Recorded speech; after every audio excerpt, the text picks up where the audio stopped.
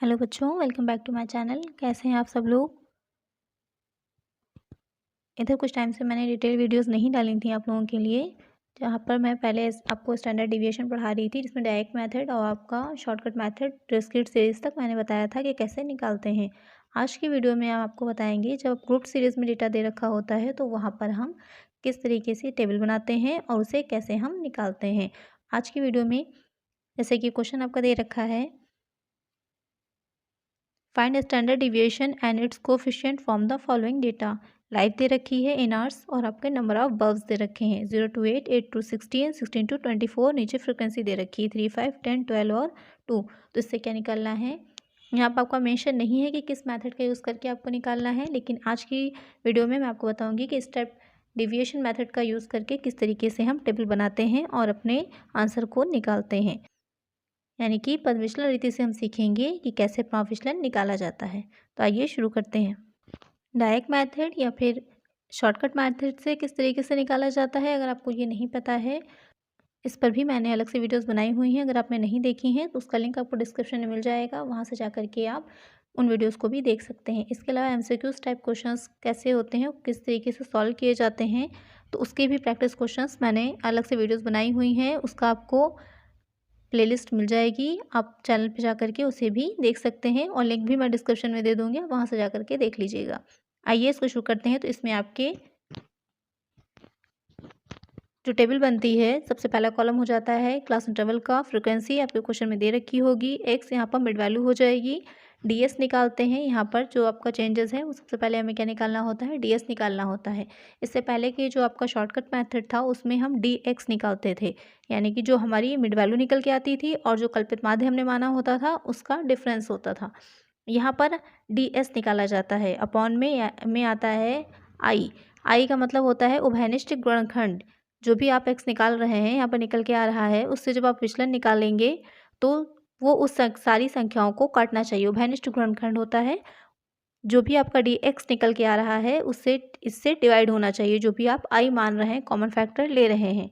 उसके बाद D S निकल आने के बाद हम फ्रिक्वेंसी से उसको मल्टीप्लाई कर देंगे और फिर एफ डी एस स्क्वायर निकाल लेंगे। फ्रिक्वेंसी क्वेश्चन में है, नोट कर लीजिए। 3, 5, 10, 12, 2। टोटल कर लेंगे 32 आ जाएगा। इधर हमें मिड वैल्यू निकालनी है। मिड वैल्यू कैसे निकलती है मैंने बताया था, लोअर लिमिट अपर लिमिट को ऐड कर लेते हैं और 2 से डिवाइड कर लेते हैं। 0 और 8 ऐड होगा, कितना हो जाएगा, 8 ही आएगा। 2 से डिवाइड करिए, कितना आ जाएगा, 4। 8 और 16 ऐड होगा, कितना होगा, 24। 2 से डिवाइड कर देंगे, आ जाएगा 12। इसी तरह से हम मिड वैल्यू निकाल लेंगे।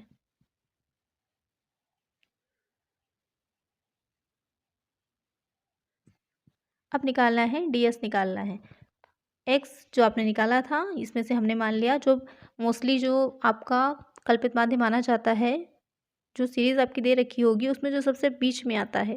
जैसे कि यहाँ पर इवन ऑड का मैटर अगर है तो एक अलग बात है, नहीं तो आपका यहाँ पर 5 दे रखे हैं तो दैट्स बात है, तीसरे नंबर पे जो आ रहा है उसी को हम कल्पित माध्य आर्टिफिशियल मीन मान लेंगे। तो यहाँ पर 20 हो जाएगा। उभयनिष्ठ गुणनखंड, जब आप एक्स यहाँ पर 4 से 20 को लेस करेंगे, 4 छोटा है 20 बड़ा है, तो कितना आएगा, माइनस का 16 हो जाएगा। 8 से डिवाइड कर देंगे, कितना आ जाएगा, 2 आ जाएगा।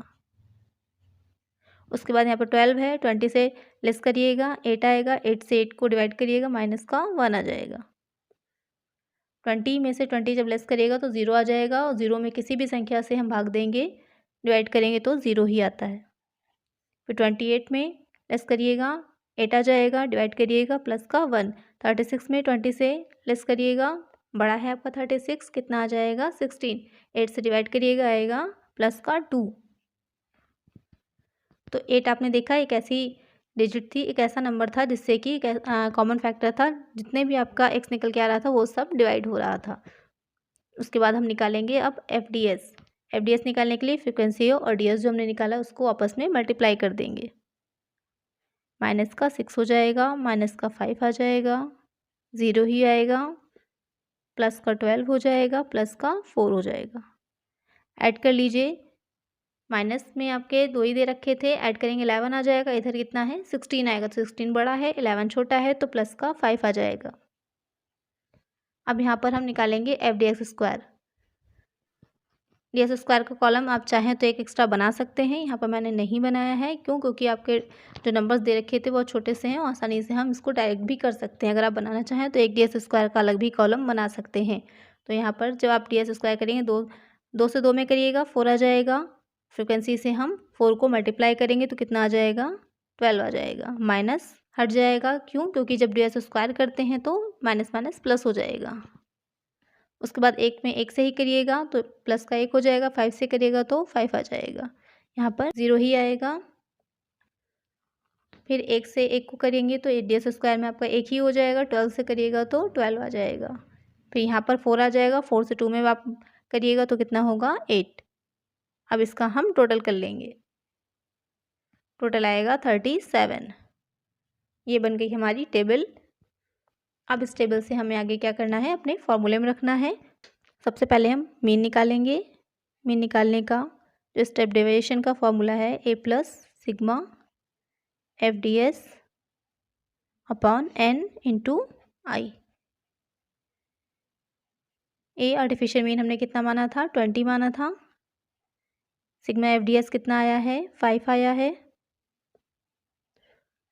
n 32 जो फ्रिक्वेंसी का टोटल है हमारा, और i 8 हो जाएगा। अब इसे हम सॉल्व कर लेंगे। 8 में 5 से मल्टीप्लाई हो जाएगा, ये 40 हो जाएगा अपॉन 32 आ जाएगा। डिवाइड करिएगा तो आएगा 1.25।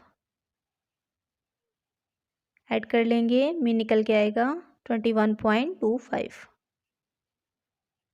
घंटों में आवर्स में दे रखा था तो यहाँ पर लिख लीजिए। ये हो गया हमारा मीन। अब निकालेंगे हम माप विचलन यानी कि स्टैंडर्ड डिविएशन।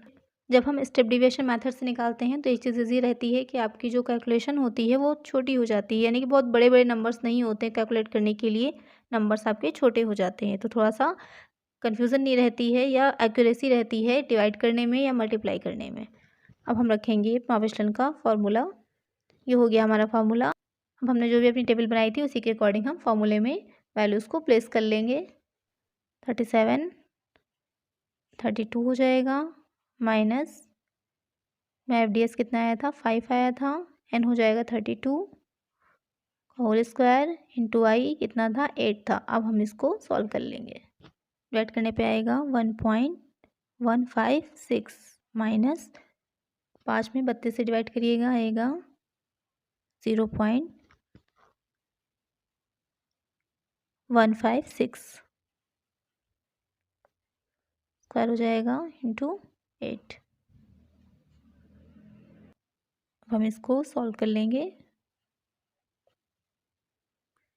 स्क्वायर हटेगा, मल्टीप्लाई कर दीजिए, आ जाएगा 0.024 इंटू 8। अब इसको हम माइनस कर देंगे, उसके बाद इसका रूट निकाल लेंगे। रूट निकालेंगे तो आएगा 1.0639 इंटू 8। अब 8 से इसको हम मल्टीप्लाई कर देंगे तो आएगा 8.51। घंटों में दे रखा था, लिख लेंगे आवर्स।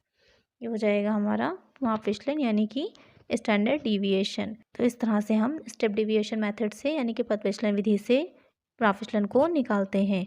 इसके बाद इसमें गुणांक भी पूछा गया था, तो गुणांक कैसे निकालते हैं इसी में साइड में बता देते हैं आपको। गुणांक निकालना मैंने पहले भी आप लोग को बताया हुआ है। गुणांक का फॉर्मूला क्या होता है? SD upon mean. SD निकल के भी आपका आया था 8.51 और मीन कितना निकाला था? 21.25। डिवाइड कर दीजिए, कितना आएगा? 0.4। अगर परसेंट में पूछा होता तो इसे हम 100 से मल्टीप्लाई कर देते, हमारा आंसर परसेंट में आ जाता। तो इस तरह से हम विचलन का माप विचलन गुणांक भी निकाल सकते हैं। आई होप आपको समझ में आ गया होगा कि स्टेप डिविएशन मेथड से हम किस तरीके से माप विचलन को निकालते हैं। अगर किसी तरह को कोई कन्फ्यूज़न हो या कुछ नहीं समझ में आया हो तो प्लीज़ मुझे कमेंट करिएगा और अगर वीडियो अच्छी लगी हो तो प्लीज़ लाइक करिएगा, चैनल पे नए हो तो सब्सक्राइब करिएगा, नोटिफिकेशन बिल को ज़रूर ऑन करिएगा जिससे जो भी वीडियो मैं डालूँ वो आप तक पहुँच सके। ज़्यादा से ज़्यादा फ्रेंड्स के साथ शेयर करिएगा। Thank you.